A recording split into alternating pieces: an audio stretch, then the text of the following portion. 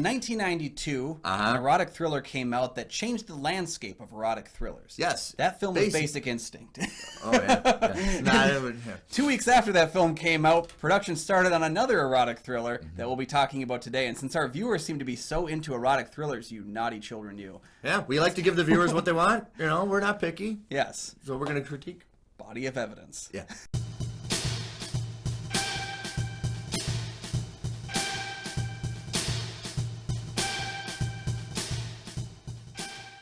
Welcome back to the show, everyone. I'm your host, one of your hosts, Kyle Goethe from GoatFilmReviews.com.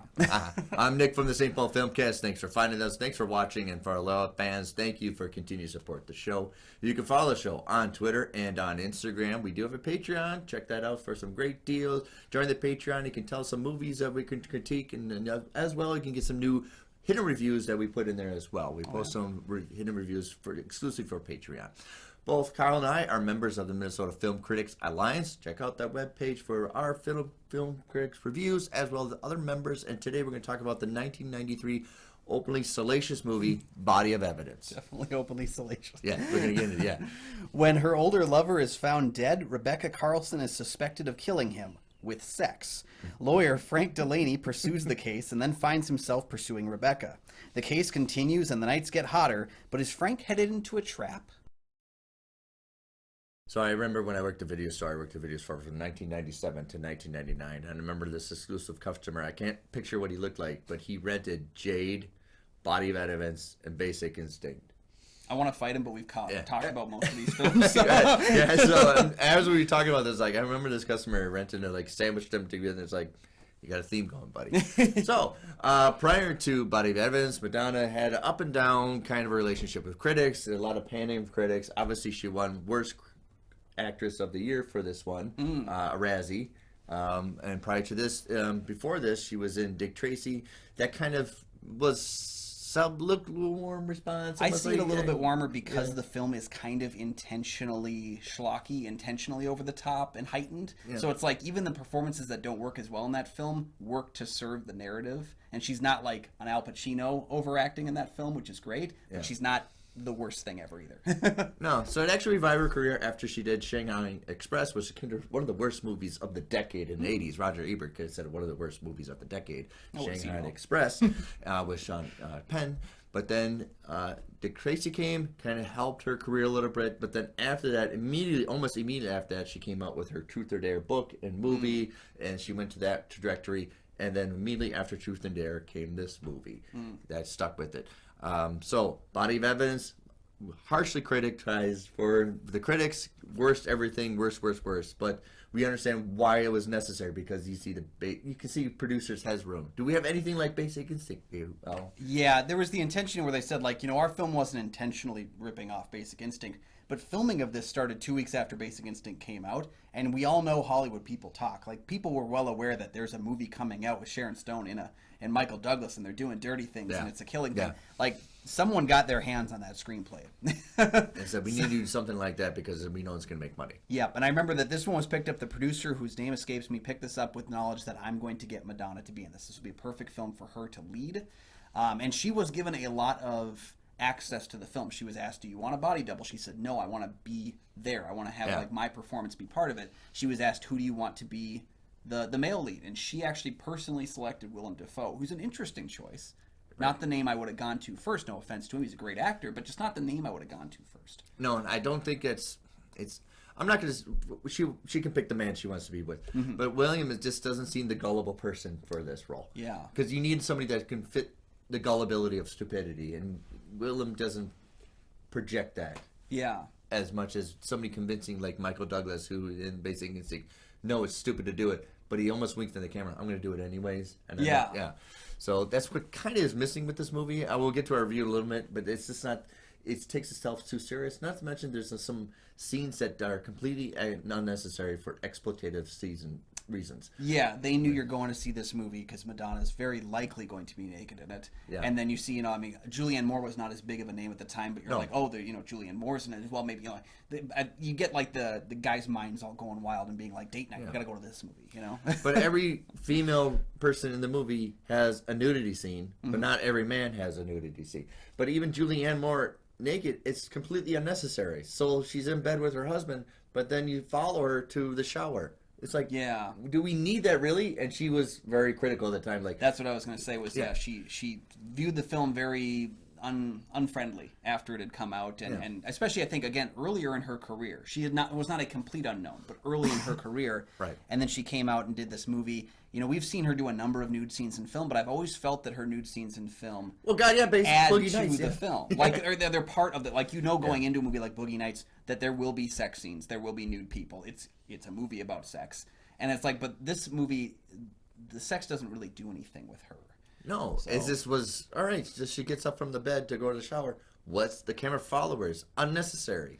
I did think about what's the point of that? The old horror cliche of, you know, like there's a thing about every 10 minutes you've got to have nudity or someone getting murdered in a horror film. And it kind of felt like that minus all the murder was like, well, we only really have a lot of nudity. So we have to make sure every 10 minutes there's something. And maybe that was the inclusion of it. Like, again, like I watch a lot of, you know, Friday the 13th movies. There's people naked for no reason in that movie as well. So I'm not saying, like, don't have it for don't have its sake. You know, Friday the 13th is the catalyst to sex is, all right, you know you're going to get murdered. Let me take my shirt off. Well, now you know. The Jason's awareness factor, you know, Well, you have something like with Julianne Moore in this movie. It is clumsily unnecessary for her just to follow her into the shower when we know all you had to do was just set the camera and just have the noise of her turning the shower. You know, even if you don't even know it, who cares? It didn't drive the story. Yeah. Okay, if you're going to write, and when you're a writer, in the first 12 pages, your dialogue characters say a word, you might want to check yourself, because I think within the 30 minutes, everybody says the word cocaine. Yeah, there was a lot of cocaine being thrown around, yeah. And if you're writing and every character says this word, not even only once, but 3 times, and then you go to court and then you say this movie over and over again, the movie should be just called Here's cocaine. Here's the thing, man. I'm not here to defend it. We'll get to the review. But I'm here to say, I'm just saying, you're breaking review conduct. You got to wait on that. Yeah.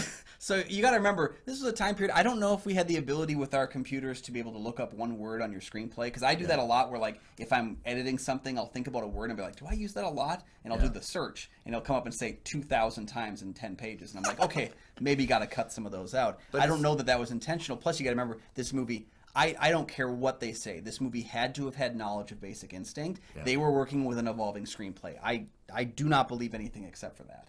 Right, because you have the courtroom, and then it's very... So I do feel like the cocaine thing coming in, accidental, but yeah. Okay, and so, yeah, you have a courtroom scene. Courtroom scene's actually set up very well. I would say art direction for the court scene, shot very well. It's hard to do, it's stationary, it's lit very well. And then you have some intimate scenes with Willem Dafoe and Julianne Moore that have chemistry. They work. You just don't get enough of it. And you have, Anne Archer's in there. She's doing her best. And I think they had Anne Archer because she was in Fatal Attraction. Yes. And then we can kind of talk about the roots of Basic Instinct deriving from the DNA of Fatal Attraction. And then you have Anne Archer, kind of like almost to remind you that of this genre of femme fatale that sucks you in, and you don't need it. You're going to get massacred. Yeah. The gullibility, and it's a little bit like The Last Seduction as well. That the enticement, but they remind you of where the roots came from. Fatal Attraction, having Anne Archer in this as well. And it seems too like right now today the big thing is like streaming services all want to have a Game of Thrones, because that show was just such a landmark show. So every streaming service is looking for a show that they can say is their Game of Thrones. Yeah. That's kind of how I feel like erotic thrillers of the early 90s were. Is one of them hit and worked really well, and they were like, it's just like that, except a lot cheaper, where they can be like, we can make that. Let's get a bunch of attractive people, have a murder in there somewhere, and then watch them undulate.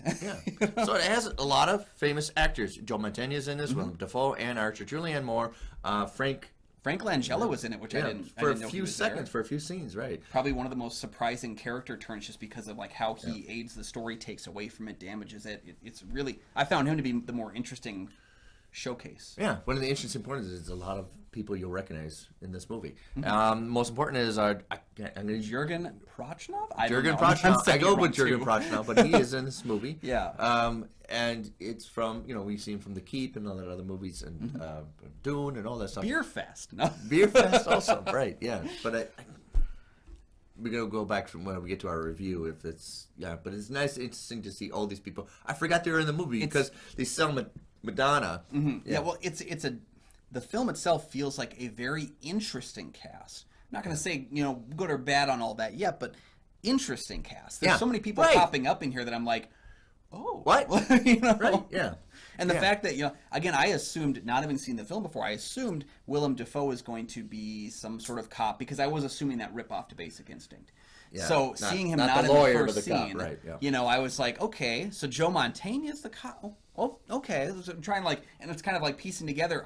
You assume certain characters because of people who are played by them. Yeah. And so you kind of like put your biases because Joe Mantegna, a couple years prior, Godfather 3, he'd done some, like mobster films. So I assumed maybe criminal. And it's kind of like something like you that. play your mind in there. And the cast is very interesting because there's a lot of people playing against type. Yes, Frank Langella has such a booming voice. He has such a presence. He played Dracula in the 70s. Right. And Skeletor. Yeah, he played Skeletor, So him coming into this film and kind of playing more of a relaxed, soft-spoken, he's got that, I'm losing my hair windswept, Right, he did it. Piece. So there's a lot of interesting opposition, I guess. Watching this film for the first time, I can say one thing, and one thing is very clear. It's not a great movie, no. The problem that I have with this film is that because it is following up Basic Instinct, even if, I'll believe you for a second, even if the film is not a ripoff of Basic Instinct, it's still following up a great film, and it makes you notice all the flaws. Yeah, and because the DNA is so close. Because Jade has flaws, but it's a different enough film. Last Seduction has flaws, but it's a different enough film from Basic Instinct. All these films kind of they followed in that wake. You have very signature directors working on Jade with Freaking and stuff like that. You have from Basic Instinct, you have the script from Joe Azateras, who has a very signature style to his writing. And like I said, I'll say it again, Basic Instinct works because it almost sells it as a parody of the genre. It's so heightened that it kind of gets into that ludicrous realm. But again, Verhoeven is good at that. Yeah, and this one, I would not only say the writing needs a little bit of help, but because the editing is a little bit awkward. Oh, yeah. Yeah, the station frame of everything, it just seems so amateurish. I don't like to use that word very much, but it seems so much like it's a TV movie. And I feel like if I'm watching a TV movie, then it pulls me away because I think you can do that TV movie stuff like in Psycho and sell the horror because it almost feels like you're watching on television. Yeah. But here, you're trying to sell it like it's a TV movie and Madonna's going to talk about sex. Guess what? That's all. That's her. Yeah, that's a great. That's comparison. not the shocking point because that eventually it's going to happen. That's not going to be the shock value. That's a great comparison you make with Psycho, or I guess contrast in many ways.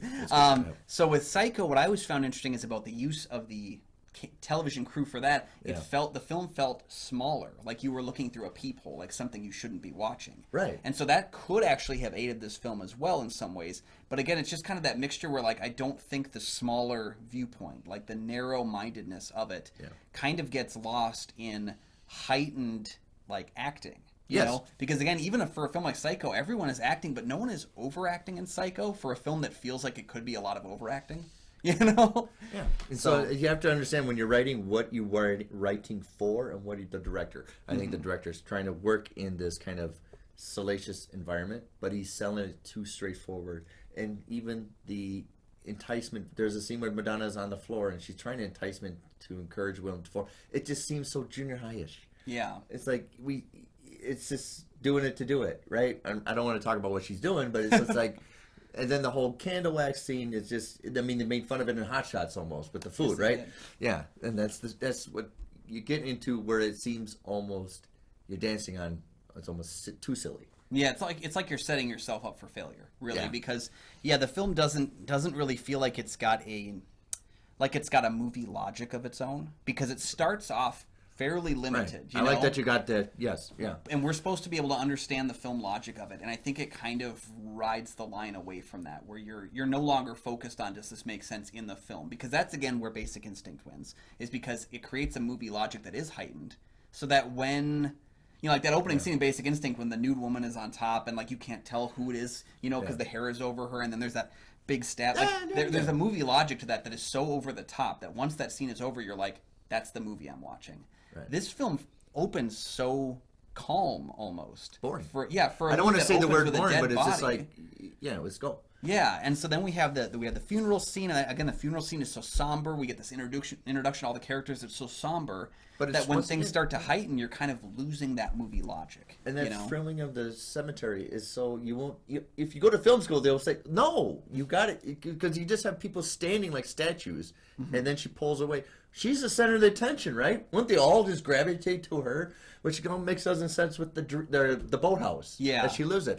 It's got windows everywhere. And if you know this person, Madonna, lived there and doesn't wear any clothes, oh my God, there'd be camera people all over just on the boats and taking pictures. And there it also comes into Douglas Milsom, who did cinematography for Full Metal Jacket, A View to a Kill, a bunch of movies, is doing cinematography here. And it's like there wasn't a conversation between director Uli Edel and him about what we need to capture per scene. There's like a fundamental misunderstanding of the cinematography for storytelling. Because you're right, during that funeral scene, the camera's focus is always on Rebecca. It's always on Madonna's character. Yeah, necessary. But the thing is, the story at that point is Frank. The story is him interjecting himself into her life. Yeah. So the camera needs to be focused on him invading the funeral as opposed to her standing not telling a story, because her character isn't telling the story at that point. You're absolutely right. It's camera work number one. If you're constant, it's the victim, right? But you need the camera to be the handoff to where we're going to focus now. Because we don't know Rebecca Carlson, so she's not our character focus at that point. It's frustrating. We would understand more if you had the funeral and you framed him from the casket's point of view, and she doesn't give a crap. Yeah. And maybe she has to turn her back on it, and we can turn around, and then now you can focus on her face and realize, why don't you give a shit? It's something, it needs to be like kernel instrument instead of just saying, this is the cemetery, look how vast it is. I don't care how vast it is. Yeah, we don't care. My other problem is, again, like you put Madonna in this lead role, and physically she's going to match what they're looking for with that role. Yeah. But she didn't have great acting coach work, because her acting coach quit right before filming started and claimed she thinks she knows everything. I'm not going to help her because she doesn't want my help. Right. So the acting coach quit. Madonna's having a misunderstanding, I think, in this role of she thinks she's filming a 90-minute music video where like it can all be done in the look or but there's no performance, there's no character to that. And she's kind of misunderstanding. So if we had it, she could be the top billed person, but again, we continue to focus on the great actor in the room, Willem Dafoe, and let him move the narrative, she would look better with him because he would be carrying that. I think that's what happens in Dick Tracy, is that she's not the fundamental focus, but she actually is lifted in that film. You don't even see her like the second act. Yeah. And then she has everybody around her, and even though she's surrounded by great people who are lifting her up. And she just can stand there. Yeah, because if you're going to be the center of the universe and you cast all these good people, let them carry the weight a little bit and be the introvert and just stand there and do the music video kind of thing. Yeah. Right. And if she doesn't want to listen to the acting coach, then you tell her, then fine, you don't want to act, we'll just put you as the piece of the wallpaper and everybody can look at you what you want to do. Yeah. Like I said, you're winning. And always, it's not a disagreement with her. It's just, where are you winning? Well, you're winning without her acting. Okay, then we'll just have her framed, maybe do a dance number. I don't know. Yeah. But that's another thing too, where we're like we cast someone who's attractive who can't act, or who isn't there yet. I'm not saying she can't act. I'm saying that at this point in her career, she was unwilling to learn better acting skills. I look at it with like a Channing Tatum, started his career, not a good actor. I think he's quite a good actor now because he took the steps to act and learn and grow and get better. Oh, Arnold did the same thing. Exactly. You've got people who they take their licks and they get better. I think Dave Bautista's a guy who's gotten consistently better with his career because he had taken the time to learn. She wasn't interested in progressing. She just thought, I'm a great singer, so obviously I'll be a great actress. And those two things are not Venn diagram, circles right there. No, and you're going to get licked, and you deserve it. Yeah. And she got Worst Actress of the Year for it, and she knew, she understood, and then it'll be a long time till she ever come back to do filming again until she Guy Ritchie. Yeah. But yeah, if you're not going to listen to your acting coach and not going to listen to your director, you're going to get this kind of product. But and the writing is not over there. I look at Julianne Moore in the film, and I think there's fundamentally a way to make this better would be, and Madonna would hate this, switch the two, because Julianne Moore could be seen as the kind of antithesis in some way, where she shows up and you've got Madonna at home, and then Julianne Moore can carry that. She can work that, and I think she can play levels of potential psychosis. But another thing that bringing back to what we talked about with the sex scene with her and Willem Dafoe. It doesn't do any storytelling. No, Julianne Moore. Julianne Moore's, yeah. Their sex scene doesn't do any storytelling. No. It doesn't carry the narrative. It's unnecessary. When you look at a movie like History of Violence, they use sex in that film to tell you the difference in Viggo Mortensen's character from the Or first scene to Bello. the second one. Yeah. Yeah. So the sex scene there I actually feel like tells a story. I don't think the sex scene's needed, but it tells a story. Right, whether we're wearing the cheerleader This outfit. one, it doesn't feel like, I was thinking to myself, well, maybe his romance life with Julianne Moore is very vanilla. But it's kind of not either. It's very graphic. It's kind of like, well, he seems like he's enjoying himself at home. What's the point? Right. But then it comes back to another issue of story in the film. We kind of abandon that plot thread when he cheats on her. Oh. When she finds out and she's just gone from the movie. Yeah. And it's like, that was something I was interested in. The courtroom scenes don't really make, like, they make over-the-top sense, but they're not real to actual courtroom drama. I've spent time in courtrooms. You could cut about 20 minutes of the court scene and still get the same story. Yeah. Yeah. But there's all these moments where, people are not getting in trouble for the kinds of things that they said in the courtroom, the kinds of things that they broke protocol on. I've watched enough of the practice. I've been in courtrooms. I read courtroom dramas. I'm very interested in that world. Yeah. This courtroom is an absolute kangaroo court. Yeah. And no one's getting in trouble for anything. And the main problem is there is no mystery. You merely knew from the beginning to the end. And there is no mystery to it. So less so than that, the mystery feels worthless. It doesn't feel less so than even that, because I just think that the mystery doesn't do anything when we find out whether we were right or wrong. Forget if you were right or wrong. When we find out the true answers and what's going on, it feels like, that's not the kind of thing I want to know. And by that point, you don't care. Yeah. So, have you seen Body of Evidence? We did. Mark the evidence down in the comments down below. Yeah.